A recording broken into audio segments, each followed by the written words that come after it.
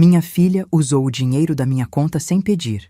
Comprou passagens de cruzeiro para a família inteira e não me convidou. Não falou nada. Quando fiquei sabendo, ela já estava embarcando. Não liguei para ela. Não mandei mensagem. Enquanto ela bebia à beira em alto mar, eu resolvia algumas coisas com calma. Quando o navio atracou e ela chegou em casa com as malas, a chave não abriu a porta. Ligou para mim. Atendi no primeiro toque. Deixei ela falar. Eu apenas disse: dei um jeito em tudo o que era meu. Meu nome é Glória. Tenho 65 anos e descobri que minha filha me roubou 15 mil reais para pagar um cruzeiro de luxo onde eu não fui convidada. Eu passei 29 anos da minha vida construindo uma distribuidora atacadista de alimentos aqui em Ribeirão Preto. Acordava às 5 da manhã para conferir carga. Negociava com fornecedores, brigava por margem. Enquanto meu marido lutava contra o câncer, eu segurava a empresa sozinha. Quando vendi o negócio em 2018, foram 2.800.000 reais. Dinheiro que ninguém me deu. Dinheiro que eu construí caminhão por caminhão, nota fiscal por nota fiscal, madrugada por madrugada. Ângela, minha filha, tem 38 anos. É dentista, tem consultório próprio aqui em Ribeirão Preto. Casou-se há 9 anos com Marcelo, um administrador de empresas que veio de família modesta do interior. Eles têm 2 filhos, Lívia, de 11 anos, e Pedro, de 8. E vivem acima das possibilidades. Viagens internacionais, roupas de marca, carro importado, escola particular caríssima para as crianças. Tudo no limite do cartão de crédito. Tudo no fio da navalha. Mas para fora, Ângela é a filha perfeita. Posta foto comigo nas redes sociais em Dia das Mães. Manda mensagem de bom dia. Mas quando estamos sozinhas, o tom muda. Fica impaciente. Fala comigo como se eu fosse peso. Como se minha presença fosse obrigação chata que ela precisa cumprir. Eu relevava. Porque mãe releva. Porque depois que meu marido morreu, há 6 anos, Ângela é tudo que me sobrou de família direta. E eu me apego a ela com um desespero que sei que não é saudável. Tiana, minha empregada doméstica há 19 anos, sempre me alertava. Dona Glória, essa menina não te respeita, ela te trata como banco. Eu defendia minha filha. Dizia que Tiana estava exagerando. Dizia que Ângela era apenas ocupada, estressada, sobrecarregada. Mas no fundo, eu sabia. Eu sempre soube. Tudo começou há 2 meses. Ângela começou a fazer comentários sobre férias. Dizia que estava cansada, que o consultório estava sugando toda a energia dela, que precisava de uma viagem, que Marcelo também estava esgotado. Eu ouvia com atenção, concordava, oferecia apoio emocional. Perguntava o que ela estava pensando em fazer. Ela desviava. Não entrava em detalhes. Apenas soltava frases soltas. A gente merecia um tempo fora. A gente precisava de algo especial. Mas tudo é tão caro. Até que um dia ela veio almoçar em casa. Era domingo. Trouxe Marcelo e as crianças. Tiana tinha feito lasanha, que é o prato favorito de Ângela desde criança. Estávamos à mesa. As crianças conversavam sobre escola. Marcelo estava no celular. E Ângela do nada soltou. Mãe, a gente está pensando em fazer um cruzeiro. Olhei para ela. Que legal, filha. Para onde? Ela deu um sorriso vago. Aqueles de Santos para Buenos Aires, 10 dias navegando pela costa. Para em Camboriú, Punta del Este, Montevidéu. É lindo, mãe. Vi no Instagram de uma amiga que foi ano passado. Perguntei quanto custava. Ela hesitou. Depois disse, é caro. 15 mil reais para os 4. Cabine com varanda, pensão completa, bebidas incluídas. Fiz uma conta mental rápida. 15 mil reais não era pouco. Perguntei se ela ia conseguir pagar. Ela deu de ombros. A gente vai dar um jeito. Sempre dá. 2 semanas depois, Ângela apareceu na minha casa às 10 da manhã. Estava animada, olhos brilhando. Entrou falando rápido. Mãe, a gente conseguiu. Fechamos o cruzeiro. A gente embarca daqui a 3 semanas. Fiquei feliz por ela. Abracei. Perguntei como tinham conseguido o dinheiro tão rápido. Ela desviou o assunto. A gente fez uns arranjos financeiros. Conseguiu parcelar uma parte. Deu certo. Não insisti. Confiei. Porque mãe, confia. Na semana seguinte, era segunda-feira de manhã. Eu tenho o hábito de verificar o saldo da minha conta corrente toda segunda-feira, logo depois do café. É um ritual que mantenho há décadas, desde os tempos da distribuidora. Peguei o celular. Abri o aplicativo do Banco do Brasil. Digitei a senha. A tela carregou. E o número que apareceu não batia. Meu saldo tinha caído de R$ 11.300 para R$ 840. Pisquei. Atualizei a tela. O número não mudou. Entrei no extrato. E lá estavam. Uma transferência única de R$ 10.000 para a conta de Ângela Silva Nogueira, feita na sexta-feira anterior às 11 da manhã. E um pagamento via Pix de R$ 5.000 para viajar bem à agência de turismo no mesmo dia, às 11h15 da manhã. Senti o estômago gelar. Fiquei olhando para aquela tela sem conseguir processar. Chamei Tiana, que estava passando pano no corredor. Minha voz saiu estranha, fina. Tiana, vem aqui um minutinho. Ela veio até a sala de estar, onde eu estava sentada no sofá, e me encontrou com o celular na mão, pálida. Dona Glória, o que foi? A senhora está passando mal? Mostrei a tela do celular para ela. Tiana pegou o celular. Leu, franziu a testa. Leu de novo. Depois me devolveu o aparelho e disse com voz controlada. A senhora fez essas transferências? Respondi que não, que eu não tinha feito, que nem sabia dessa agência de viagens. Tiana ficou séria. Sentou ao meu lado no sofá.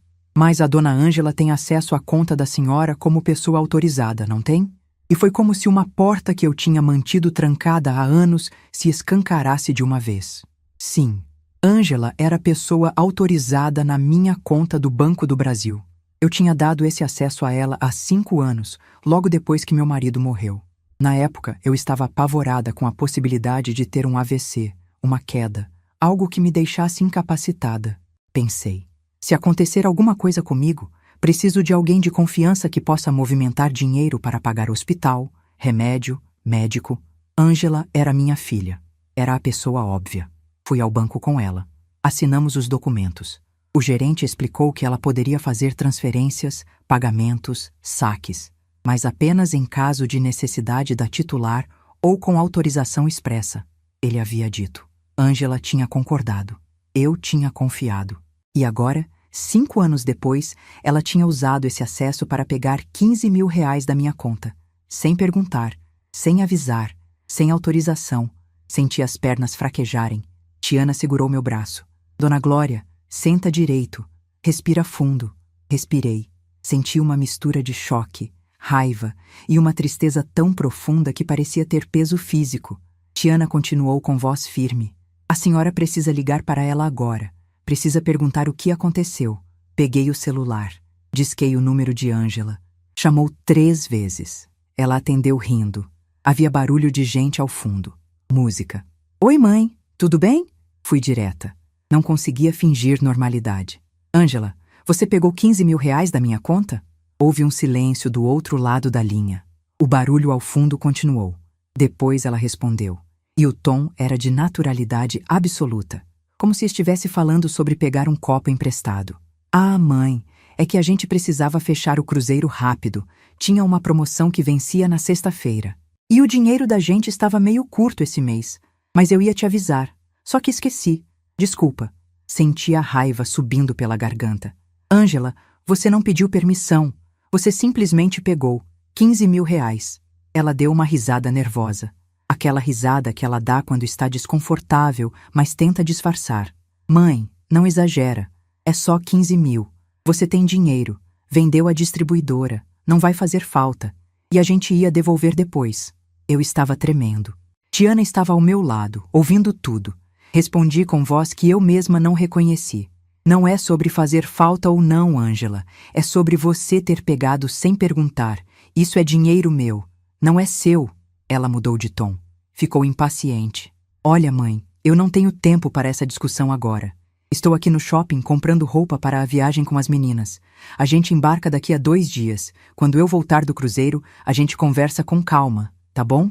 Beijo. E desligou. Desligou na minha cara. Fiquei sentada ali, olhando para a tela do celular, que voltou para a tela inicial, sem acreditar no que tinha acabado de acontecer. Tiana estava ao meu lado, em silêncio. Depois de um tempo, ela disse, com voz baixa e firme. Dona Glória, isso não está certo. Ela te roubou. Respondi automaticamente, como mãe que defende filho. Mas ela é minha filha, Tiana. Não é roubo entre mãe e filha. Tiana me olhou nos olhos. É sim, e a senhora sabe disso. Passei o resto do dia em estado de choque. Não conseguia fazer nada. Sentava, levantava, olhava para o extrato bancário de novo. Tentava entender. 15 mil reais, pegados sem permissão, para pagar um cruzeiro de luxo. Um cruzeiro onde eu não fui convidada, nem mencionada. No dia seguinte, terça-feira, liguei para Ângela de novo. Ela não atendeu. Liguei mais 2 vezes. Não atendeu. Mandei mensagem pelo WhatsApp. Ângela, precisamos conversar antes de você viajar. É sério. Ela visualizou a mensagem às 3 da tarde. Não respondeu. Liguei para Marcelo. Ele atendeu no terceiro toque. Voz falsamente animada. Oi, sogra, tudo bem? Fui direta. Marcelo, você sabia que Ângela pegou 15 mil reais da minha conta sem avisar? Ele hesitou por um segundo. Depois respondeu, e o tom era condescendente. Ah, sei sim, sogra. Mas foi de boa, né? A senhora autorizou ela na conta exatamente para isso, para emergências. E essa viagem é uma emergência emocional para a gente. A gente estava no limite, sabe? Precisando respirar. Senti uma onda de raiva tão forte que tive que segurar o telefone com as 2 mãos para não tremer. Marcelo, emergência não é cruzeiro de luxo. Emergência é hospital, é remédio, é algo urgente. Ele deu uma risada cínica. Aquela risada de quem acha que está lidando com alguém exagerado. Olha, sogra, a gente já está com as malas prontas. Amanhã a gente embarca. Quando a gente voltar, se a senhora quiser, a gente devolve parcelado em 10 vezes. Mas agora não dá para cancelar. Já está tudo pago. Já está tudo certo. E desligou. Naquela noite, não dormi. Fiquei deitada na cama, olhando para o teto, processando. Minha filha tinha me roubado. Meu genro tinha rido da minha cara. E eles estavam embarcando em um cruzeiro de 15 mil reais pago com dinheiro que pegaram da minha conta sem permissão. E o pior, eu não fui convidada, nem mencionada. Como se eu não existisse. Como se eu fosse apenas uma fonte de dinheiro automática. Um caixa eletrônico disponível 24 horas. Levantei da cama às 5 da manhã. Fui para a cozinha. Fiz café forte, sentei à mesa. E comecei a pensar com clareza pela primeira vez desde que tinha visto aquele extrato. Eu não era uma velha frágil. Eu era uma mulher que tinha construído uma empresa do zero, que tinha negociado com fornecedores duros, que tinha comandado equipe de 23 funcionários, que tinha sobrevivido à doença do marido e à solidão da viuvez. Eu sabia me defender. Eu sabia lutar. Só tinha esquecido disso porque passei anos sendo mãe permissiva demais. Mas agora, algo dentro de mim tinha mudado. Não era raiva, era clareza. Clareza fria, cirúrgica. No dia do embarque, quarta-feira, Ângela postou foto no Instagram. Toda a família no Porto de Santos. Malas grandes, roupas de marca, óculos escuros. Marcelo de braço dado com Ângela. Lívia e Pedro sorrindo. Legenda em letras cursivas. Férias merecidas em família. Gratidão. Comentários de amigas. Que luxo, Ângela. Aproveitem muito. Vocês merecem. 63 curtidas em meia hora. Nenhuma menção a mim. Nenhuma gratidão real. Apenas performance pública. Apenas marketing de felicidade falsa. Olhei aquela foto por um longo tempo. Depois, salvei no celular. Tirei print da legenda. Tirei print dos comentários. Guardei tudo. Porque sabia que ia precisar. Não liguei para Ângela. Não mandei mensagem. Não comentei na foto. Enquanto ela brindava com champanhe à beira da piscina, em algum lugar do litoral de São Paulo, eu estava resolvendo algumas coisas com calma. Peguei o telefone fixo da sala. Disquei o número do escritório do Dr. Evandro Matos. Ele era meu advogado há 16 anos. Tinha conduzido a venda da distribuidora. Tinha estruturado minhas holdings familiares. Conhecia cada documento do meu patrimônio. Era homem sério, técnico, leal. A secretária atendeu. Escritório Dr. Evandro, bom dia. Respondi. Bom dia, é Glória Medeiros. Preciso falar com Dr. Evandro com urgência. Ela transferiu. Evandro atendeu com a voz grave de sempre. Glória, bom dia. Tudo bem? Respondi com voz firme. Evandro, preciso que você resolva tudo que é meu. Tudo. Agora. Houve uma pausa curta. Depois ele disse. Estou livre amanhã às 9 da manhã. Pode ser? Confirmei. Desliguei o telefone. Sentei no sofá da sala. Tiana trouxe café. Sentou ao meu lado. Ficamos em silêncio por um tempo. Depois ela disse: A senhora vai fazer o que precisa ser feito, Dona Glória. Olhei para ela. Vou. E quando aquele navio atracasse de volta em Santos 10 dias depois, quando Ângela colocasse os pés em terra firme de volta, bronzeada e descansada, ela descobriria que a vida tinha mudado de forma irreversível, que enquanto ela navegava pelo litoral, eu tinha dado um jeito em tudo o que era meu, e que a mãe que ela conhecia, permissiva, generosa, boba, tinha morrido no exato momento em que ela apertou o botão de confirmar daquela transferência de 15 mil reais. Antes de eu contar o que fiz no escritório do Dr. Evandro, eu quero saber, o que você faria no meu lugar? Sua filha pega 15 mil reais da sua conta sem avisar. Vai para um cruzeiro de luxo sem te convidar. E quando você cobra, ela diz que você está exagerando. Você relevaria? Ou tomaria uma atitude? Me conta nos comentários. Porque o que eu fiz naquele escritório mudou a vida dela para sempre. Na quinta-feira de manhã, às 9 em ponto, estacionei o Fit em frente ao edifício comercial onde fica o escritório do Dr. Evandro, no centro de Ribeirão Preto. Subi de elevador até o 5º andar. A secretária me recebeu com um sorriso cordial e me levou direto para a sala de reuniões. Evandro já estava lá, de terno azul escuro, óculos de leitura pendurado no bolso da camisa, com o notebook aberto na mesa de vidro. Levantou para me cumprimentar. Glória, pode sentar. Café? Água? Pedi água. Sentei na cadeira estofada de couro. Coloquei a bolsa ao lado. Evandro sentou de frente para mim. Fechou a porta. Abriu o notebook. Disse com voz calma. Conta para mim o que aconteceu. E eu contei. Tudo. Desde o comentário sobre o cruzeiro até o telefonema com Marcelo. Desde o extrato bancário até a foto no Instagram.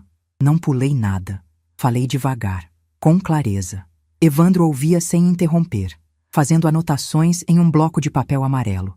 Quando terminei, ele ficou em silêncio por alguns segundos. Depois fechou o bloco. Tirou os óculos, esfregou os olhos, disse: Glória, legalmente, o que a Ângela fez se chama apropriação indébita. Ela usou acesso que tinha como pessoa autorizada para subtrair valores sem a sua permissão. Isso configura crime. E pior, como você é idosa, configura crime contra idoso, o que agrava a pena. Fez uma pausa. Mas antes de falar de processo criminal, me diz uma coisa. O que você quer? Olhei para ele. Respirei fundo. Disse: quero que ela nunca mais tenha acesso ao meu dinheiro. Quero que ela entenda que o que fez foi grave. E quero que ela sinta as consequências. Quero justiça. Evandro assentiu. Digitou algumas coisas no notebook. Depois virou a tela para mim. Havia uma lista. Vamos fazer o seguinte. Primeiro, vou remover imediatamente a Ângela como pessoa autorizada na sua conta corrente do Banco do Brasil. Isso impede novos acessos. Segundo, vou fechar essa conta operacional e abrir uma nova em outro banco, onde ela não terá conhecimento nem acesso. Terceiro, vou reestruturar toda a sua blindagem patrimonial. Mais uma camada de holdings. Redistribuição de ativos. Garantia de que nada do seu patrimônio possa ser acessado ou reivindicado por ela enquanto você estiver viva. Ele continuou. Quarto, vou preparar documentação para excluí-la da sucessão ao máximo que a lei permite. Vou te explicar. Ângela é sua herdeira necessária. Como filha, ela tem direito à legítima, que é 50% da herança. Isso a gente não consegue tirar. Mas podemos estruturar o patrimônio de forma que a maior parte fique fora da herança formal. Trust irrevogável. Holdings. Doações em vida para terceiros com cláusulas de proteção. Ela vai herdar o mínimo que a lei obriga. Nenhum centavo além. Respirei fundo. Aquilo era pesado. Evandro percebeu. Glória, eu sei que é difícil, mas você me pediu para resolver, e eu estou te dizendo como a gente resolve de verdade. Concordei. Continua. Quinto, vou preparar uma notificação extrajudicial cobrando a devolução dos 15 mil reais, com correção monetária e juros. Vou dar prazo de 30 dias. Se ela não devolver, entramos com ação de cobrança. E sexto, vou pedir medida cautelar de indisponibilidade do imóvel que você doou entrada para eles. Aquele apartamento que você pagou 120 mil reais de entrada 9 anos atrás. A gente bloqueia judicialmente. Eles não podem vender, não podem refinanciar, não podem usar como garantia. Ficam presos dentro da própria casa e, paralelamente, vou preparar ação de revogação de doação por ingratidão. Se a gente provar que a conduta dela configura ingratidão, e configura, a doação pode ser revogada. Você pode reaver parte ou tudo que doou. Fiquei olhando para a lista na tela do notebook. 7 medidas, cada uma mais definitiva que a outra. Senti um aperto no peito. Evandro percebeu. Você quer um tempo para pensar? Neguei com a cabeça. Não, quero fazer tudo. Agora. Evandro puxou uma pasta. Tirou documentos. Então vamos começar. Primeiro, a remoção da Ângela como autorizada. Preciso que você assine aqui. Passou o documento. Li rapidamente. Era uma solicitação formal ao Banco do Brasil para a remoção de pessoa autorizada. Assinei. Mas antes de devolver o papel, parei. Segurei a caneta no ar. Lembrei do dia em que tinha dado aquele acesso a ela. Lembrei de estar sentada na agência com Ângela ao meu lado, as duas assinando papéis, o gerente explicando, eu pensando em AVC, em queda, em emergência. Pensei em confiança, em ingenuidade, em amor maternal cego. Evandro esperou em silêncio. Devolvi o documento assinado. Ele guardou na pasta. Nas 3 horas seguintes, assinei 17 documentos. Autorização para encerramento de conta. Abertura de nova conta no Santander. Transferência de saldos. Reestruturação de holdings. Procuração para Dr. Evandro atuar em meu nome em todas as medidas judiciais. Notificação extrajudicial. Pedido de medida cautelar. Ação de revogação de doação. Cada assinatura era um corte. Cada documento, uma ponte queimada. Quando terminamos, Evandro juntou tudo em uma pasta grossa. Glória, vou protocolar tudo hoje ainda. A remoção da Ângela como autorizada sai hoje à tarde. O encerramento da conta e abertura da nova sai até amanhã. A notificação extrajudicial vai por SEDEX com aviso de recebimento.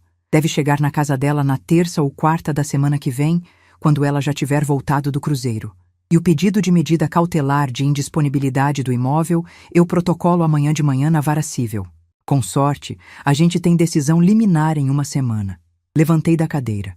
Senti as pernas pesadas. Evandro me acompanhou até a porta.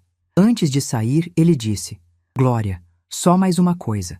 Se em algum momento você mudar de ideia, a gente para tudo.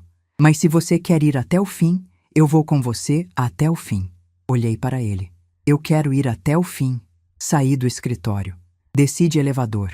Entrei no carro. Sentei no banco do motorista. Fiquei ali parada por alguns minutos, olhando para o movimento da rua. Pessoas andando, carros passando, vida normal acontecendo enquanto a minha desmoronava e se reconstruía ao mesmo tempo. Voltei para casa. Tiana estava na cozinha preparando almoço. Cheiro de feijão no ar. Sentei à mesa. Ela trouxe café. Sentou de frente para mim. Deu tudo certo no advogado? Respondi. Deu. Ele vai resolver tudo. Tiana assentiu. Não fez mais perguntas. Apenas ficou ali, comigo, em silêncio solidário. Naquela tarde, Dr. Evandro me ligou. Glória, consegui a remoção da Ângela como autorizada. Acabei de sair do banco. A conta antiga será encerrada amanhã de manhã. A nova no Santander já está aberta. Vou te mandar os dados por e-mail.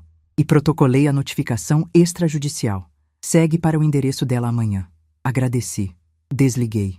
No sábado, 3º dia do cruzeiro de Ângela, Evandro me ligou de novo. Glória, protocolei o pedido de medida cautelar. O juiz pode demorar alguns dias para analisar, mas está dentro do prazo normal. Confirmei. Ele continuou. E sobre a reestruturação patrimonial, marquei reunião com o Rodrigo do Itaú para segunda-feira de manhã. Vamos discutir a criação do trust irrevogável e a redistribuição dos ativos. Pode ir? Confirmei presença. Enquanto Ângela navegava, eu trabalhava. Enquanto ela postava fotos de pôr do sol no mar, eu assinava documentos que mudariam a vida dela para sempre. Enquanto ela bebia caipirinha na piscina do navio, eu construía muralhas jurídicas intransponíveis ao redor do meu patrimônio. No domingo à noite, Ângela postou stories no Instagram. Jantar sofisticado no restaurante do navio. Marcelo de camisa branca. Ângela de vestido vermelho. Taças de vinho. Música ao vivo ao fundo. Legenda. Última noite a bordo. Que viagem incrível. Assisti aquilo e não senti raiva. Senti apenas distância. Como se estivesse olhando para a vida de uma estranha. No 3º dia do cruzeiro, uma quarta-feira, Ângela tentou usar o cartão vinculado à minha antiga conta do Banco do Brasil para pagar uma compra a bordo do navio. O cartão foi recusado. Ela tentou de novo. Recusado. Tentou acessar o aplicativo do banco no celular. Bloqueado. A tela informava: acesso negado. Você não possui mais permissão para acessar esta conta. Ela ficou confusa. Mandou mensagem para mim pelo WhatsApp: Mãe, estou sem conseguir acessar sua conta. O aplicativo diz que meu acesso foi negado. O que aconteceu? Deu algum problema no banco? Não respondi. Ela ligou. Não atendi. Ligou mais 5 vezes ao longo do dia. Silenciei o telefone. Marcelo também tentou ligar. Não atendi. Ângela mandou mensagem de voz: Mãe, pelo amor de Deus, me responde. Estou preocupada. Aconteceu alguma coisa? Você está bem? Por favor, me liga de volta. A voz dela tinha aquele tom de preocupação performática. Aquele tom que ela usava quando queria parecer filha dedicada. Não respondi. Na segunda-feira de manhã, fui ao Itaú Private. A agência fica em um prédio discreto na Avenida 9 de Julho, com entrada separada, recepção com sofás de couro, atendimento personalizado. Rodrigo me recebeu em uma sala de reuniões privativa. Dr. Evandro já estava lá, com pasta de documentos aberta na mesa. Rodrigo começou a apresentação. Tela projetada na parede. Gráficos, tabelas. Dona Glória, vamos reestruturar seu patrimônio em 3 camadas de proteção. Primeira camada, trust familiar irrevogável. Vamos transferir R$ 2.200.000 em ativos para essa estrutura. O trust fica juridicamente separado do seu patrimônio pessoal. Você mantém o usufruto enquanto viver, ou seja, continua recebendo os rendimentos, mas a propriedade nua passa para os beneficiários que você nomear. Ângela não pode reivindicar, não pode acessar, não pode tocar nesses recursos enquanto você estiver viva. E após sua morte, distribui conforme você determinar, não conforme a lei de herança. Evandro complementou: Glória, legalmente, o trust não entra no inventário. Não compõe herança. Isso significa que a legítima de Ângela, os 50% que ela tem direito por lei, vai incidir apenas sobre o patrimônio que ficar fora do trust. Quanto mais a gente põe dentro do trust, menos ela herda. Rodrigo continuou: segunda camada, holdings familiares. Você já tem 2 holdings. Vamos criar mais uma, com estrutura mais complexa, e redistribuir os imóveis alugados para essas pessoas jurídicas. Isso dificulta qualquer tentativa de penhora ou bloqueio. Terceira camada, diversificação institucional. Vamos mover parte da carteira do Itaú para o Bradesco Prime e outra parte para o Santander Select. 3 instituições diferentes. Se alguém tentar rastrear ou bloquear ativos em uma, as outras 2 ficam protegidas. Olhei para os gráficos na tela, para os números, para a estrutura complexa que eles estavam propondo. Perguntei: e quanto sobra fora do trust? Quanto Ângela vai herdar? Rodrigo fez as contas. Sobram aproximadamente R$ 1.200.000 em patrimônio pessoal. Desse valor, 50% são legítima dela. R$ 600.000. O resto você pode distribuir em testamento como quiser. Mas os R$ 2.200.000 que ficam no trust, ela não toca. R$ 600.000. Era muito menos do que ela imaginava que herdaria. Mas era o que a lei obrigava. Aceitei. E os beneficiários do trust? Quem eu posso nomear? Evandro respondeu: qualquer pessoa que você quiser. Netos, sobrinhos, instituições, amigos. Não precisa ser parente direto. Pensei em Lívia e Pedro, nas crianças. Elas não tinham culpa. Pensei em Marina, minha sobrinha, filha do meu irmão que morreu há 8 anos. Marina sempre foi próxima, sempre me visitou, sempre me tratou com carinho genuíno. Pensei em distribuir entre os 3, mas precisava de tempo para decidir. Posso definir os beneficiários depois? Evandro confirmou. Pode. A gente cria o trust agora, transfere os ativos e você define a distribuição quando se sentir pronta. Sem pressa. Assinamos os contratos. Transferimos R$ 2.200.000 para o trust. Redistribuímos os imóveis entre as holdings. Movemos parte da carteira para o Bradesco e para o Santander. O processo levou 3 horas. No fim, Rodrigo imprimiu um relatório consolidado. Patrimônio total: R$ 3.400.000. Patrimônio dentro do trust: R$ 2.200.000. Patrimônio pessoal sujeito à herança: R$ 1.200.000. Legítima de Ângela, 600 mil reais. Saí do banco ao meio-dia. O sol estava forte. Entrei no carro. Liguei o ar-condicionado. Fiquei sentada ali, processando. Em uma semana, tinha desmantelado completamente o acesso de Ângela ao meu dinheiro. Tinha bloqueado o apartamento dela. Tinha reestruturado minha herança. Tinha construído fortalezas jurídicas e financeiras que ela jamais conseguiria penetrar. E ela nem sabia ainda. Estava voltando do cruzeiro achando que tinha se safado. Achando que 15 mil reais era só um deslize que a mãe ia relevar. Como sempre relevou tudo. Mas dessa vez não. Dessa vez, a conta chegou. No 10º dia do cruzeiro, uma quarta-feira, o navio atracou de volta no Porto de Santos. Ângela postou foto da família desembarcando. Malas grandes, bronzeado, sorrisos cansados mas felizes. Lívia e Pedro com bonés do cruzeiro. Marcelo arrastando uma mala rosa pink. Legenda: voltando para casa renovados. Obrigada por essa experiência incrível. 54 curtidas. Eles pegaram o carro no estacionamento do porto.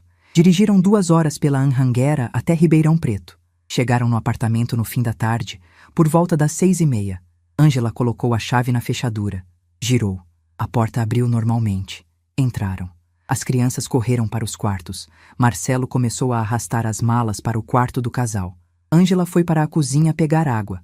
E lá, em cima da bancada de granito, havia um envelope pardo, grande, lacrado, com carimbo do cartório no canto superior direito. O porteiro tinha subido e deixado enquanto eles estacionavam. Ângela pegou o envelope. Abriu. Dentro havia 3 documentos grampeados. O primeiro era a notificação extrajudicial.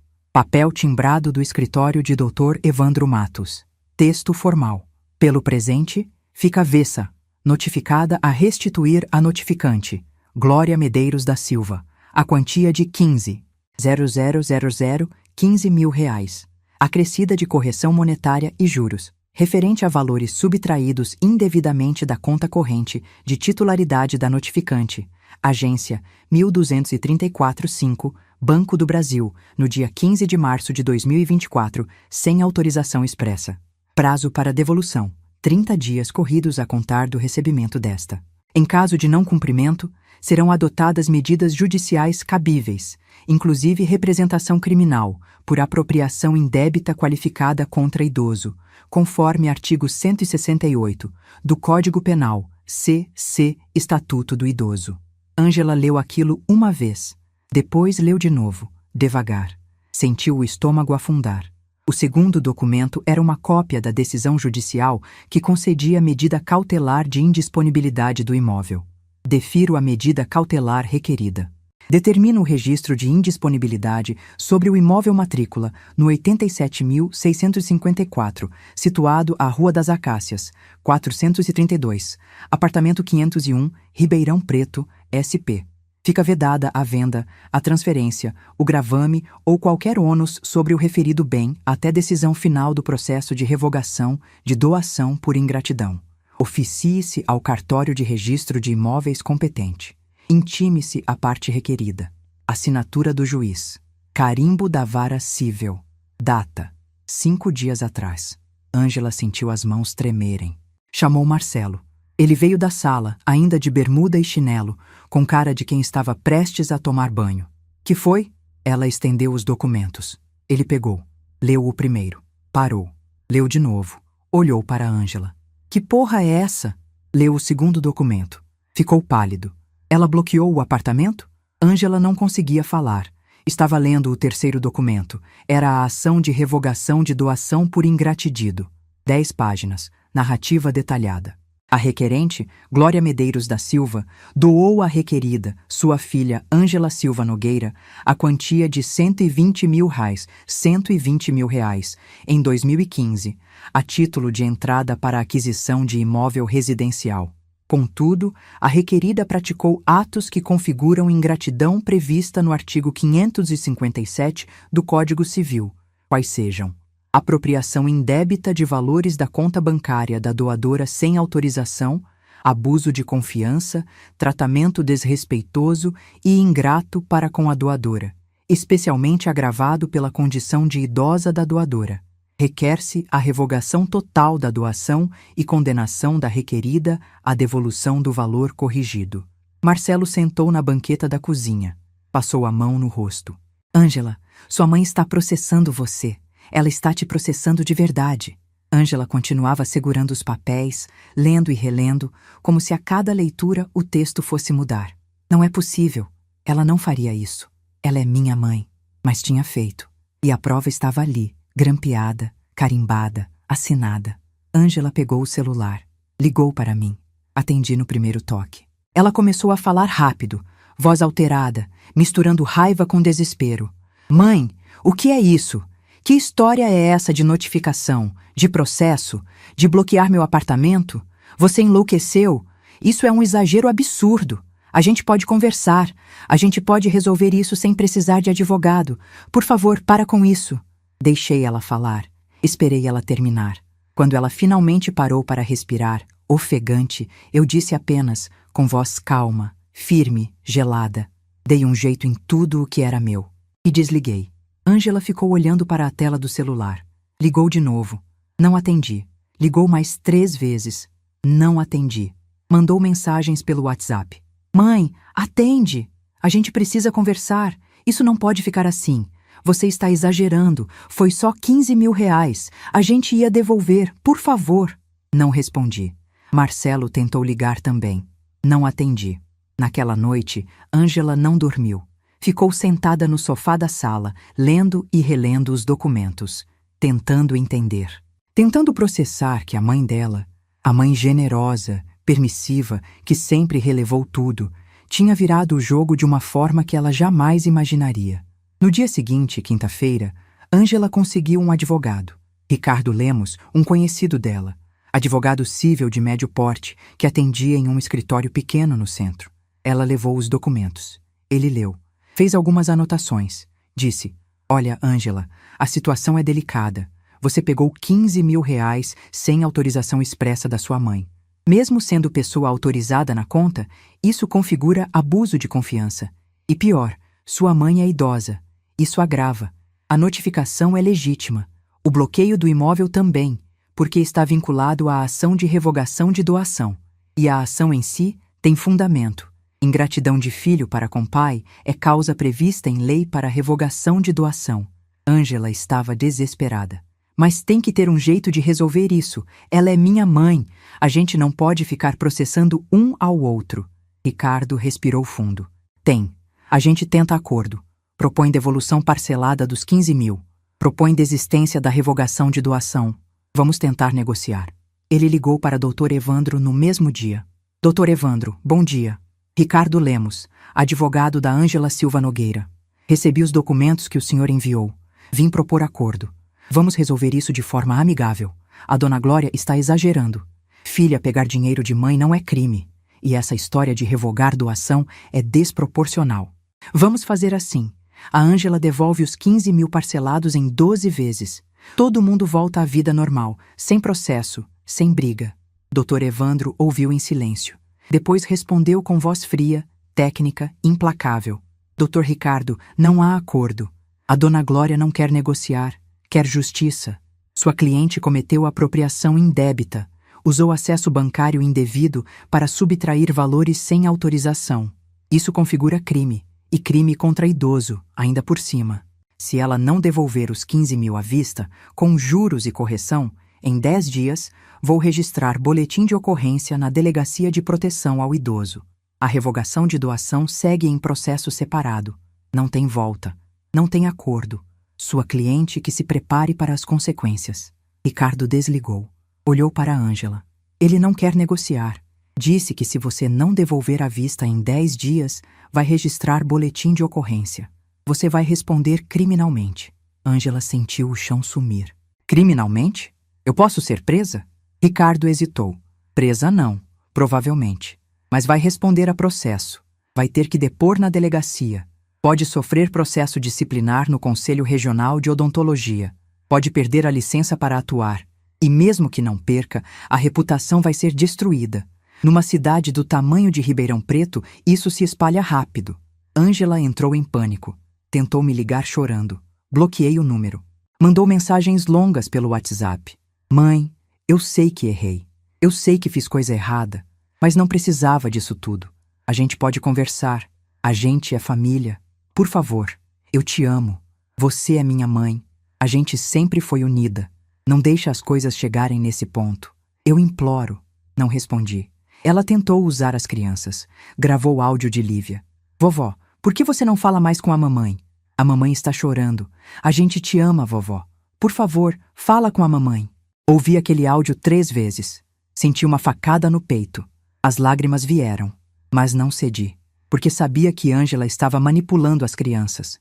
Estava usando o amor delas como arma. Uma semana depois da notificação, Ângela conseguiu reunir R$ 8.000. Vendeu pulseira de ouro que tinha ganhado do Marcelo no aniversário. Vendeu anel de formatura. Pegou emprestado 3.000 de uma amiga. Pegou 2.000 emprestado de outra. Juntou tudo. Depositou na conta que Dr. Evandro tinha indicado na notificação. Mandou comprovante por e-mail para o escritório dele. Dr. Evandro verificou. Ligou para o advogado dela. Dr. Ricardo, confirma o recebimento de R$ 8.000. Faltam 7.000. Juros e correção incluídos. Prazo continua. Mais 3 dias. Ricardo tentou negociar. Dr. Evandro, ela não tem mais de onde tirar. Ela já vendeu tudo o que podia. Vamos parcelar o restante? Evandro foi implacável. Não. À vista ou boletim de ocorrência. Ângela não tinha mais de onde tirar. Marcelo estava quebrado. A empresa de consultoria dele estava em crise desde que ele se afastou. O consultório dela tinha despesas fixas altíssimas. Aluguel, funcionária, equipamentos, material. Não conseguiram reunir os 7.000 restantes. Dr. Evandro cumpriu o que prometeu. No 11º dia após o prazo da notificação, foi pessoalmente à Delegacia de Proteção ao Idoso de Ribeirão Preto. Registrou o boletim de ocorrência. Crime: apropriação indébita qualificada. Vítima: Glória Medeiros da Silva, 65 anos. Autora: Ângela Silva Nogueira, 38 anos, filha da vítima. Valor subtraído: R$ 15.000. Circunstância agravante: crime praticado contra a idosa, com abuso de confiança decorrente de relação familiar. A delegada que atendeu o Dr. Evandro ouviu tudo. Leu os documentos bancários. Leu os extratos. Viu as transferências. Viu a autorização antiga de pessoa autorizada. Disse: Dr. Evandro, vou instaurar inquérito. A situação é clara. Abuso de poder familiar. Vou intimar a Ângela para depor. 3 dias depois, Ângela recebeu intimação da Delegacia de Proteção ao Idoso. Tinha que comparecer para prestar depoimento no prazo de 10 dias. Ela leu aquilo e desmoronou. Ligou para Ricardo em prantos. Eu vou ser presa? Vou ter que depor como criminosa? Ele tentou acalmar. Não vai ser presa. Vai depor. Vai contar sua versão. Mas, Ângela, vou ser franco. A situação está feia. Você pegou 15.000 sem avisar. Usou acesso indevido. Sua mãe é idosa. Isso pesa contra você. No dia do depoimento, Ângela foi à delegacia acompanhada de Ricardo. Estava com o rosto inchado de tanto chorar. Olheiras fundas, roupa discreta. Entrou na sala onde a delegada a esperava. Sentou na cadeira de frente para a mesa. A delegada ligou o gravador. Ângela Silva Nogueira, você está sendo ouvida em inquérito policial referente ao crime de apropriação indébita qualificada contra a idosa. Você tem direito de permanecer em silêncio. Tem direito a advogado. Confirma seus dados? Ângela confirmou, voz trêmula. A delegada começou a perguntar. A vítima, Glória Medeiros da Silva, é sua mãe? Sim. Você era a pessoa autorizada na conta bancária dela? Sim. No dia 15 de março de 2024, você transferiu R$ 10.000 da conta dela para a sua conta e pagou R$ 5.000 via Pix para uma agência de viagens? Sim. Você tinha a autorização expressa da sua mãe para fazer essas transferências? Ângela hesitou. Olhou para Ricardo. Ele assentiu para que ela respondesse. Não tinha autorização expressa, mas eu achei que tinha autorização implícita, porque ela me colocou como autorizada exatamente para eu poder movimentar em emergências. A delegada a interrompeu. Pagar cruzeiro de luxo é emergência? Ângela ficou sem resposta. Tentou explicar. Era emergência emocional. A gente estava no limite. Precisando de férias. De descanso. A delegada foi firme. Emergência, doutora Ângela. É hospital. Remédio. Situação de saúde. Perigo. Não é cruzeiro de 10 dias com champanhe e piscina. A senhora abusou da confiança da sua mãe. A senhora pegou 15 mil reais sem avisar. A senhora, que é dentista, profissional liberal, adulta responsável, pegou o dinheiro de uma idosa de 65 anos sem permissão. Isso é crime. Ângela começou a chorar. Mas ela é minha mãe. Eu ia devolver. Eu não achei que fosse tão grave assim. A delegada fechou a pasta. Pois é grave, muito grave. O inquérito vai para o Ministério Público. Eles vão decidir se oferecem denúncia ou não. Mas pela gravidade dos fatos e pela confissão que você acabou de fazer, é muito provável que sim. Pode se retirar. Ângela saiu da delegacia destruída. Marcelo estava esperando no carro. Ela entrou e desabou em choro convulsivo. Ele tentou abraçar. Ela empurrou. Gritou. Tudo isso é sua culpa. Foi você que disse que minha mãe não ia ligar. Foi você que disse para eu pegar o dinheiro. Agora olha onde a gente está. 2 semanas depois, o Ministério Público recebeu o inquérito. A promotora responsável analisou. Viu os documentos, viu o depoimento, viu as provas. Ofereceu denúncia.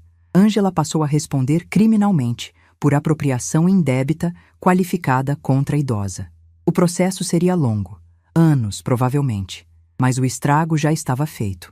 Responder a processo criminal por crime contra a própria mãe não é segredo que fica guardado numa cidade como Ribeirão Preto.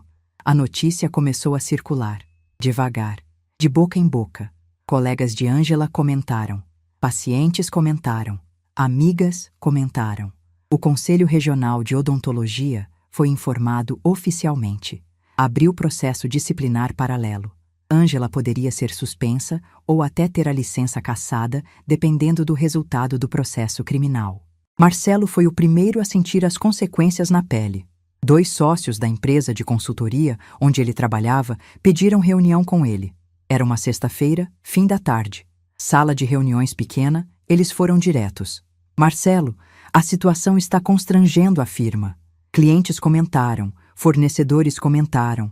A história da sua esposa respondendo a processo criminal contra a sogra idosa está se espalhando. E isso está manchando a nossa imagem. A gente acha melhor você se afastar, temporariamente, até as coisas se acalmarem. Marcelo tentou argumentar. Mas eu não fiz nada. Quem está respondendo é minha esposa, não eu. Um dos sócios foi franco. Marcelo, você está casado com ela. Vocês compartilham sobrenome, compartilham reputação. E, francamente, você estava no cruzeiro pago com dinheiro roubado. Você sabia, isso te implica moralmente. A gente não pode ter alguém com essa mancha aqui dentro. Desculpa. Marcelo voltou para casa naquela noite com a cara de quem tinha envelhecido 10 anos numa tarde só. Não disse nada para Ângela. Trancou-se no quarto. Ela só soube no dia seguinte, quando ele não saiu para trabalhar. E foi nesse momento, quando tudo estava desmoronando ao redor deles, que Ângela e Marcelo finalmente entenderam. Não era exagero. Não era birra de velha. Era justiça. E justiça tem preço. Ângela passou 2 semanas em estado de choque. Não ia ao consultório. Não atendia telefone de amigas. Não saía de casa. Ficava trancada no quarto, de pijama, olhando para o teto. Marcelo tentava conversar. Ela não respondia. As crianças percebiam que algo estava errado. Lívia perguntava: Mamãe, por que você não vai trabalhar? Ângela inventava desculpas. Estou cansada, amor. Preciso descansar. Mas o mundo não para quando a gente desmorona. As contas continuavam chegando. Boleto de condomínio, boleto da escola das crianças, boleto do plano de saúde, parcela do carro, aluguel do espaço do consultório, salário da funcionária. Tudo junto dava mais de 16 mil reais por mês. E a renda tinha despencado. Marcelo sem empresa, Ângela sem atender pacientes. O dinheiro acabando rápido. Foi Marcelo quem teve a ideia. Numa noite, ele sentou ao lado de Ângela na cama. Ângela, a gente precisa conversar. A gente está quebrado.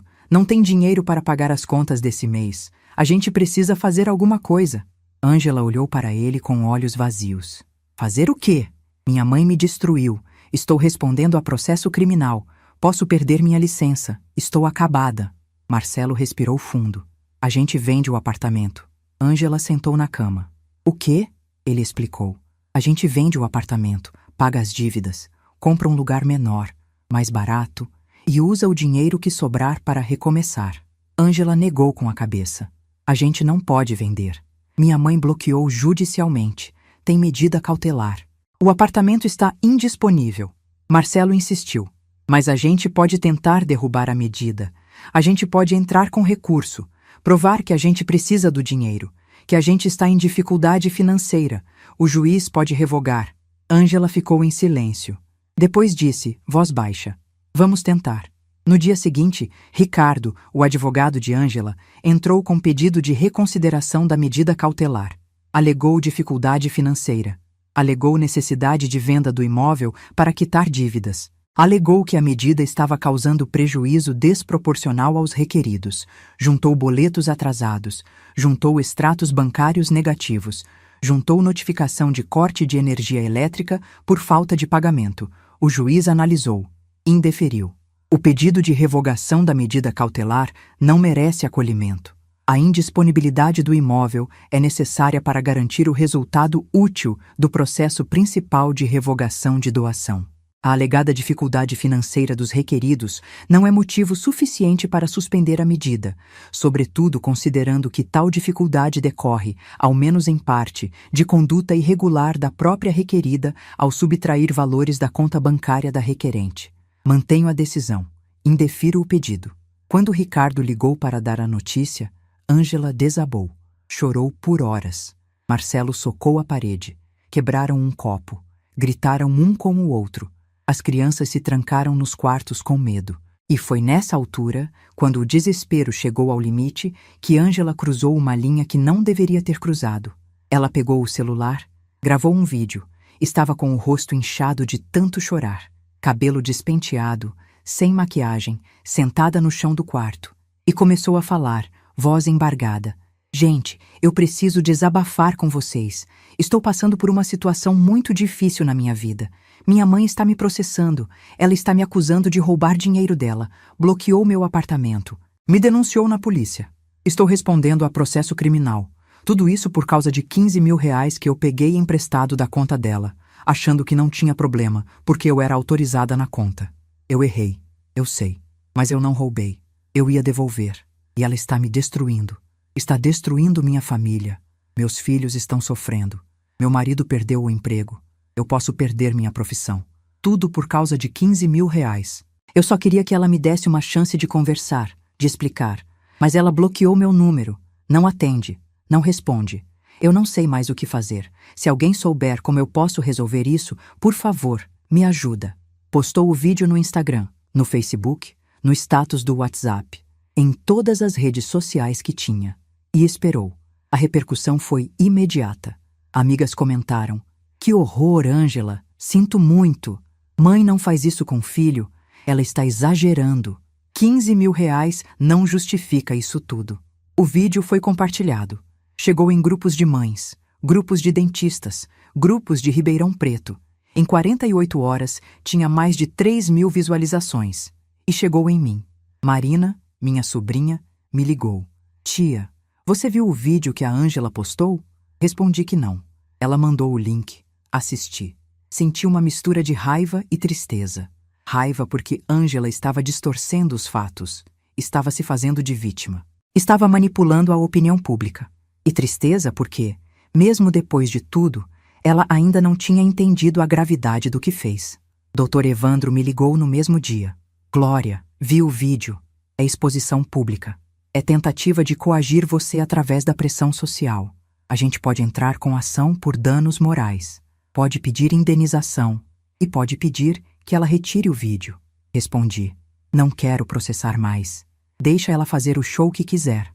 A verdade está nos autos, nos documentos, nas provas. Quem quiser acreditar na versão dela, problema de quem? Mas o vídeo teve efeito. Pessoas começaram a me olhar diferente na rua. Quando ia ao mercado, percebia cochichos. É ela, a mãe que está processando a filha. Dona Célia, minha vizinha, me parou na calçada. Glória, não acredito em nada que estão falando. Você sempre foi uma boa pessoa. Se você tomou essa atitude, é porque tinha motivo. Agradeci. Mas doía. Doía saber que minha imagem estava sendo manchada publicamente pela minha própria filha. 3 dias depois do vídeo, Ângela e Marcelo apareceram na minha porta. Dessa vez, trouxeram Lívia e Pedro. Era sábado de manhã. Tocaram a campainha. Tiana atendeu o interfone. Dona Glória, é a Ângela, o Marcelo e as crianças. Senti o peito apertar. Desci. Abri a porta. Mas não os deixei entrar. Fiquei parada na soleira, braços cruzados. Ângela estava com os olhos vermelhos. Marcelo estava cabisbaixo. Lívia e Pedro estavam quietos, sem entender bem o que estava acontecendo. Ângela começou a falar, voz trêmula. Mãe, eu imploro, perdoa a gente. A gente errou feio, mas a gente vai devolver o dinheiro. A gente vai parcelar. A gente vai fazer o que a senhora quiser. Só não faz isso. Não deixa eu ser processada. Eu posso sofrer processo disciplinar no CRO. Posso ser suspensa. Posso perder tudo. Por favor. Marcelo estava calado. Era a primeira vez que eu o via sem a armadura da falsa cordialidade. Parecia menor. Parecia assustado. Parecia o que sempre foi. Um homem que apostou no projeto errado de ascensão social. Olhei para Ângela. Para a filha que eu carreguei no colo durante 9 meses. Que eu amamentei. Que eu acordei de madrugada quando chorava. Que eu levei para a escola todos os dias durante 12 anos. Que eu paguei faculdade particular cara. Que eu dei carro de formatura. Que eu dei entrada de apartamento. E não senti pena. Senti apenas cansaço. Cansaço profundo. De décadas relevando. Décadas sendo explorada. Décadas sendo tratada como banco. Respirei fundo. E disse com voz firme. Ângela, você me roubou. Pegou 15 mil reais da minha conta sem perguntar. Foi para um cruzeiro de luxo sem me convidar. Sem nem mencionar. Me tratou como caixa eletrônico. E quando eu reagi, você achou exagero. Postou vídeo nas redes sociais me expondo, distorcendo os fatos, tentando me transformar em vilã. Agora aguenta as consequências. Ângela caiu de joelhos, literalmente. Joelhos no chão da entrada da minha casa, mãos juntas. Mãe, por favor, pelas crianças. Elas precisam de você. Elas te amam. Não tira a avó delas por causa disso. Olhei para Lívia e para Pedro. Eles estavam assustados. Lívia segurava a mão do irmão. Pedro tinha lágrimas escorrendo pelo rosto, sem entender por que a avó estava fazendo a mãe dele chorar de joelhos. Abaixei, abracei os dois, apertei forte. Dei beijo na testa de cada um. Senti o cheiro de shampoo infantil no cabelo deles e disse, olhando nos olhinhos assustados deles, vocês podem vir me visitar quando quiserem. Todo sábado, sozinhos. A vovó faz bolo, a vovó brinca. A vovó ama vocês, mas tem que vir sem ela. Pedro começou a chorar mais alto. Lívia abraçou a mãe. Marcelo tentou falar alguma coisa, mas a voz não saiu. Ângela continuava de joelhos, soluçando. Voltei para dentro de casa, fechei a porta, subi as escadas. Sentei no sofá da sala e finalmente deixei as lágrimas virem. Chorei, chorei alto. Chorei com soluços que sacudiam o corpo inteiro. Tiana veio, sentou ao meu lado. Me abraçou, não disse nada, apenas ficou ali. Lá fora, ouvi Ângela chorando. Ouvi Marcelo tentando acalmá-la. Ouvi as crianças confusas. Ouvi o carro ligando. Ouvi eles indo embora. E quando o silêncio voltou, eu ainda estava chorando. Mas dessa vez, não era só tristeza. Era alívio também. Alívio de ter colocado um limite. De ter dito não. De ter escolhido minha dignidade em vez da conveniência maternal. Porque pela primeira vez na vida, eu tinha me escolhido. 3 semanas se passaram. Semanas pesadas, silenciosas. Eu não atendia ligações de Ângela. Não respondia mensagens. Bloqueei todas as tentativas de contato. Marina vinha me visitar toda terça à noite. Trazia comida, conversava, me incentivou a fazer terapia. Tia, você precisa processar tudo isso que está acontecendo. Não dá para guardar sozinha. Aceitei. Marquei sessão com uma psicóloga do convênio. Comecei a ir toda quinta-feira de manhã. Na primeira sessão, a psicóloga, doutora Helena, me perguntou: Glória, por que você acha que chegou a esse ponto com sua filha? Respondi: porque eu nunca disse não. Nunca coloquei limite. Sempre relevei tudo e ela aprendeu que podia fazer o que quisesse sem consequência. Doutora Helena anotou: e você se sente culpada? Fiquei em silêncio. Depois admiti: sinto. Sinto que se eu tivesse educado ela diferente, isso não teria acontecido. Doutora Helena me olhou por cima dos óculos. Glória, você deu tudo para sua filha. Pagou faculdade, deu carro, deu apartamento, ofereceu amor incondicional. O que ela fez com isso não é responsabilidade sua, é escolha dela. Adultos são responsáveis pelas próprias escolhas. Você não é culpada pela ingratidão dela. Levou semanas para aquela frase finalmente pousar em mim. Mas quando pousou, algo mudou. A culpa começou a diminuir. A clareza aumentou. Enquanto isso, o processo de revogação de doação avançava. Dr. Evandro juntou provas. Extrato bancário mostrando a transferência não autorizada. Print do Instagram mostrando o cruzeiro. Print dos comentários. Cópia do boletim de ocorrência. Cópia da notificação extrajudicial. Depoimento de Tiana como testemunha do comportamento de Ângela ao longo dos anos. Tudo documentado. Tudo protocolado. Ricardo, advogado de Ângela, tentou contestar. Alegou que não houve ingratidão, que tudo era mal entendido, que Ângela sempre amou a mãe, que pegou o dinheiro achando que tinha permissão implícita, que estava disposta a devolver. O juiz analisou. Marcou audiência de conciliação. A audiência foi marcada para uma quinta-feira de manhã, às 10 horas, no Fórum de Ribeirão Preto.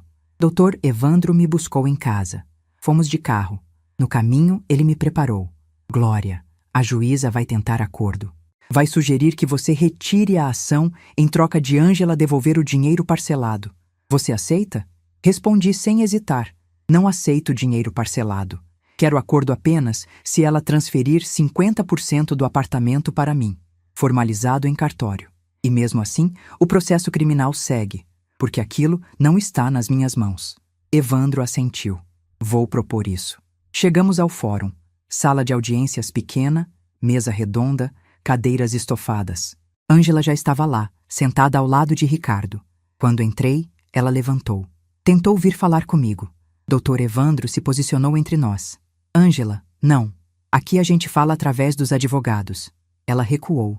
Sentou de volta. Estava magra, olheiras fundas, roupa simples. Parecia ter envelhecido anos em semanas. A juíza entrou. Todos levantamos. Ela sentou. Pediu para sentarmos. Abriu a pasta do processo. Leu rapidamente. Depois, olhou para mim e para Ângela. Bom, estamos aqui para tentar conciliação em ação de revogação de doação por ingratidão. Dona Glória, a senhora doou R$120 mil para sua filha em 2015. Alega que ela cometeu atos de ingratidão que justificam a revogação. Ângela, você contesta. Correto? Ambas confirmamos. A juíza continuou. Antes de prosseguir, gostaria de tentar acordo. Ângela, você estaria disposta a devolver os R$15 mil que pegou da conta da sua mãe? Ângela respondeu rápido. Sim, senhora. Estou. Posso devolver parcelado em 18 vezes. A juíza olhou para mim. Dona Glória, aceita? Neguei. Não. Dr. Evandro interveio. Meritíssima, minha cliente só aceita acordo se a Ângela transferir 50% da propriedade do apartamento para o nome da Dona Glória, formalizando em cartório. Em troca, minha cliente não amplia as ações cíveis. Mas o processo criminal segue independente, pois não está sob a alçada desta vara. Silêncio na sala. Ricardo olhou para Ângela. Ela estava pálida. Marcelo, que estava sentado no fundo da sala, levantou. Isso é absurdo. 50% do apartamento? Vocês querem tomar nossa casa. Dr. Evandro respondeu firme. Não estamos tomando nada. Estamos cobrando de volta parte do que foi doado a uma filha ingrata. E ainda estamos sendo generosos. Podíamos exigir os R$120 mil de volta, corrigidos. Daria hoje mais de 200 mil. A juíza levantou a mão. Calma. Vamos com calma. Ângela, você aceita a proposta? Transferir 50% do apartamento? Ângela olhou para Ricardo. Ele sussurrou alguma coisa. Ela olhou para Marcelo. Ele negou com a cabeça. Mas Ângela sabia que não tinha escolha.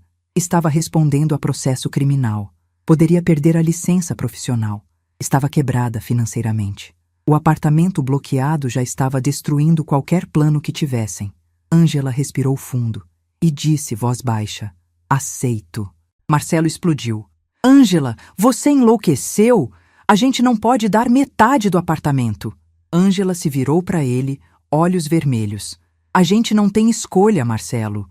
Ou a gente aceita, ou a gente perde tudo. Ela vai ganhar essa ação. Ela tem todas as provas e a gente vai ficar sem nada.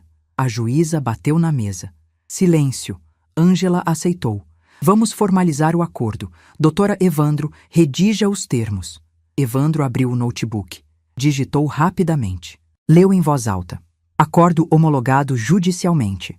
A requerida Ângela Silva Nogueira compromete-se a transferir 50% da propriedade do imóvel matriculado sob o número 87.654, situado à Rua das Acácias, 432, apartamento 501, Ribeirão Preto, SP, para a requerente Glória Medeiros da Silva, no prazo de 30 dias corridos, mediante escritura pública lavrada em cartório, com todos os custos arcados pela requerida. Em contrapartida, a requerente desiste da ação de revogação de doação e não ampliará ações cíveis relacionadas aos fatos objeto desta demanda.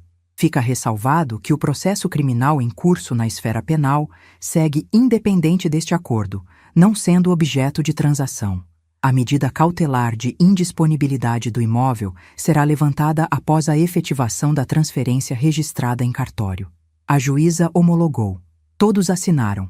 Saí daquela sala com um documento que mudava tudo. 50% do apartamento de Ângela agora era meu. O apartamento que eu tinha dado de presente para ela 9 anos atrás, quando ela casou, agora estava metade no meu nome. Não era exatamente justiça completa, mas era alguma justiça. No estacionamento do fórum, Dr. Evandro me acompanhou até o carro. Glória, foi uma boa decisão. Você recuperou parte do patrimônio. E ela aprendeu que ações têm consequências. Entrei no carro. Dirigi de volta para casa em silêncio. Quando cheguei, Tiana estava limpando a sala. Contei o resultado da audiência. Ela parou de passar pano. Sentou no sofá ao meu lado. Dona Glória, e agora? Acabou? Respondi. Não, ainda tem o processo criminal. Mas isso não depende de mim. Depende do Ministério Público, do juiz, do sistema. Eu fiz minha parte. 3 semanas depois, Ângela cumpriu o acordo. Fomos ao cartório. Ela, Marcelo, eu e Dr. Evandro. Assinamos a escritura de transferência de 50% do apartamento. O tabelião registrou, carimbou, autenticou. Entreguei cópia para Dr. Evandro para juntar no processo e liberar a medida cautelar. Durante toda a sessão no cartório, Ângela não olhou para mim uma vez. Ficou de cabeça baixa, assinando onde o tabelião mandava. Muda. Marcelo estava com cara de enterro. Quando saímos, eles foram para um lado. Eu fui para outro. Sem despedida. Sem palavra. O apartamento que era deles agora era meio meu. E Dr. Evandro registrou uma cláusula adicional.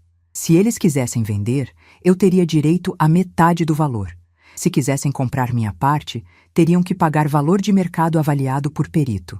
Eles ficaram presos dentro da própria casa, com a sogra como coproprietária. Nos meses seguintes, a vida de Ângela virou pó. O processo criminal avançava. Lento, como todo processo no Brasil.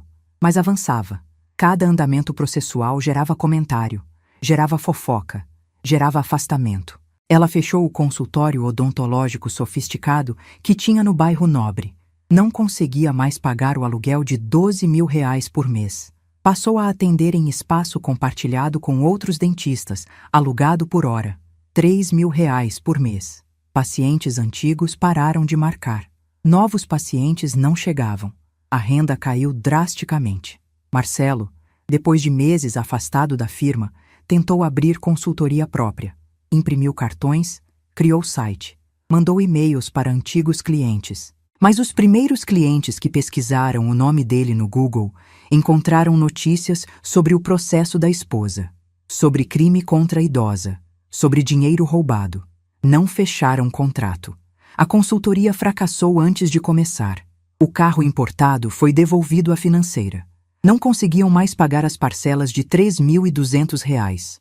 Voltaram a andar de carro popular, um Gol velho que compraram usado por R$ 20.000. Os cartões de crédito foram cancelados por inadimplência. Começaram a viver no dinheiro contado. Supermercado básico, sem restaurante, sem cinema, sem luxo. As crianças saíram da escola particular cara. Mensalidade de R$ 4.500 para os dois virou impossível. Foram transferidas para a escola pública estadual. Lívia chorou. Disse que perderia as amigas. Ângela chorou junto. Mas não havia escolha. A vida que eles tinham construído, baseada em aparência, em ostentação, em viver acima das possibilidades, desmoronou. E pela primeira vez, Ângela sentiu o que é viver sem rede de segurança, sem a mãe para socorrer, sem o dinheiro fácil, sem o caixa eletrônico emocional que eu tinha sido por décadas.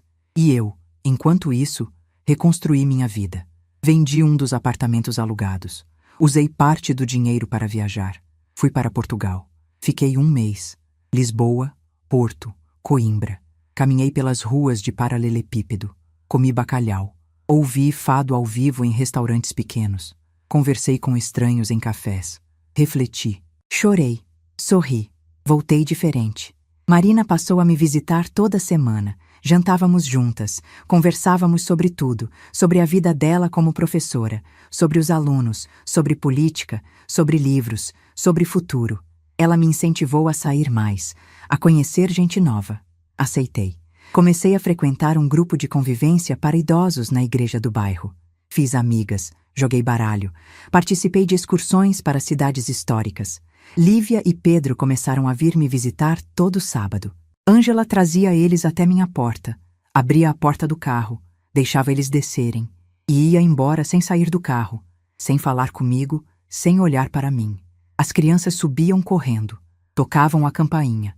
Eu abria, eles me abraçavam e passávamos a tarde juntos.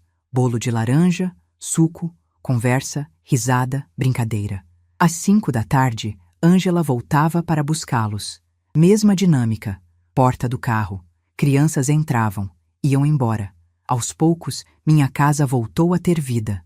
Não era a vida que eu imaginei, com Ângela presente, com família unida, mas era a vida.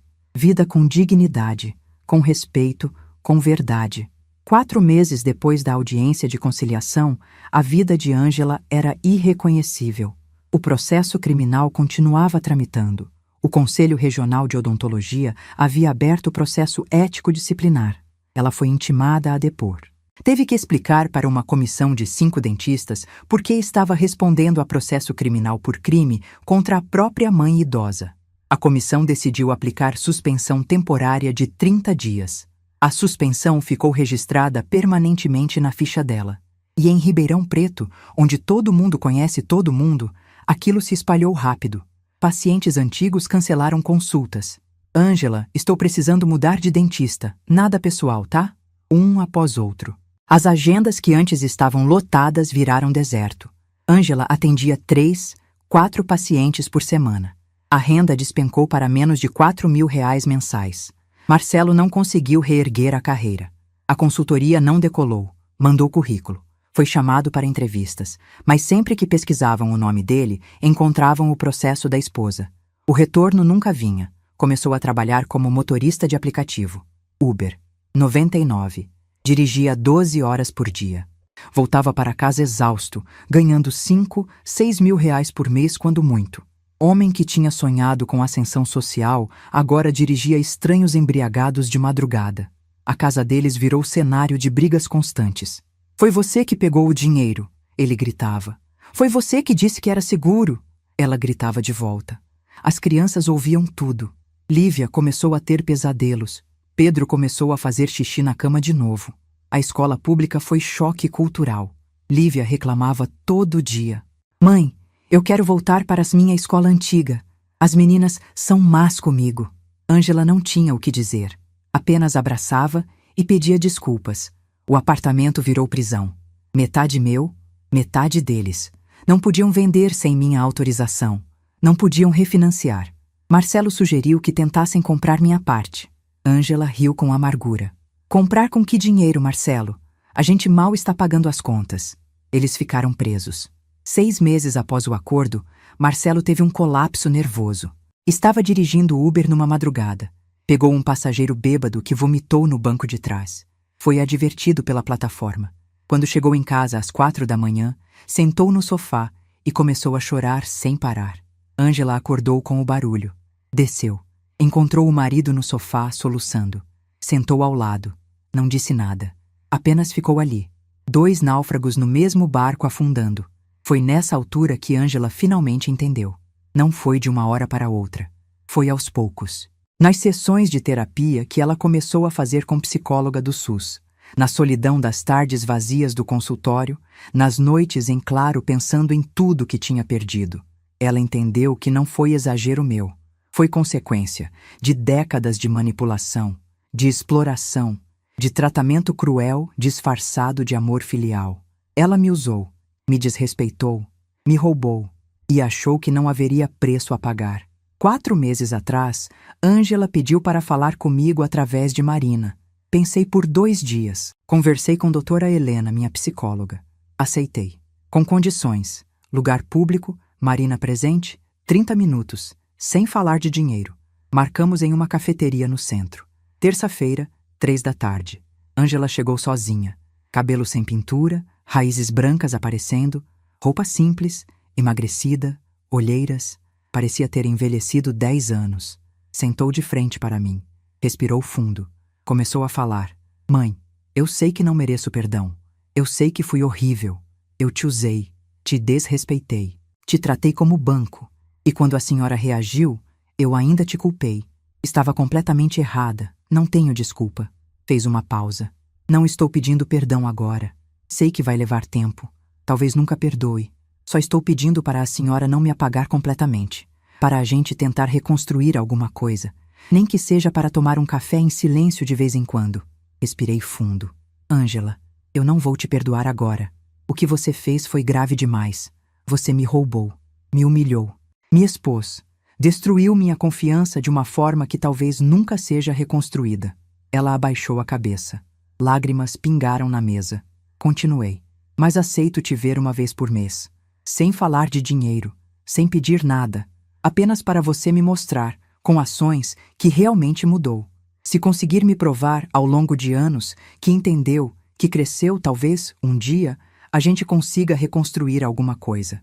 Mas vai ser devagar e sem garantias. Ângela levantou a cabeça. Obrigada, mãe. Eu vou mostrar. Eu prometo. Quis me abraçar. Recuei. Ainda não. Ela parou. Assentiu. Pegou a bolsa. Saiu. De lá para cá, nos vemos uma vez por mês. Sempre na mesma cafeteria. Conversamos sobre as crianças, sobre trabalho, sobre coisas pequenas. Não há intimidade, não há proximidade real, mas há um fio tênue. Refiz minha vida. Viajo 2 vezes por ano. Fui para Portugal, para Maceió. Conheci a praia de Maragogi. Voltei renovada. Marquei viagem para o Chile no ano que vem. Marina é família constante agora. Almoçamos juntas todo domingo. Ela me trata como mãe. E eu a trato como a filha que gostaria de ter tido. Pedro e Lívia vêm todo sábado. Chegam às 10. Ficam até às 5. Brincamos, conversamos, incentivo os 2. Prometo ajudar quando chegar a hora da faculdade. Mas deixo claro, ajudo eles, não a mãe deles. Sobre a herança está tudo estruturado. O trust guarda R$ 2.200.000. Beneficiários: Marina com 50%, Lívia e Pedro com 25% cada, com liberação aos 25 anos e curadoria independente. Ângela não vai poder tocar. O restante, R$ 1.200.000, está sujeito à herança.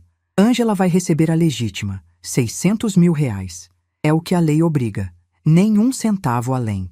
E deixei registrada em cartório uma declaração detalhada com todos os documentos, para que Marina possa usar, se necessário, para ação de indignidade sucessória. É verdade arquivada. E aprendi que nunca é tarde para se escolher, para colocar limite, para dizer, não, até aqui.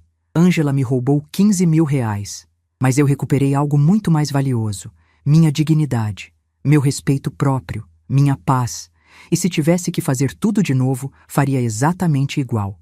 Se você chegou até aqui, se inscreva no canal para não perder as próximas histórias.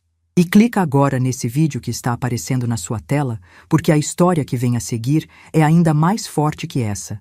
Te espero lá.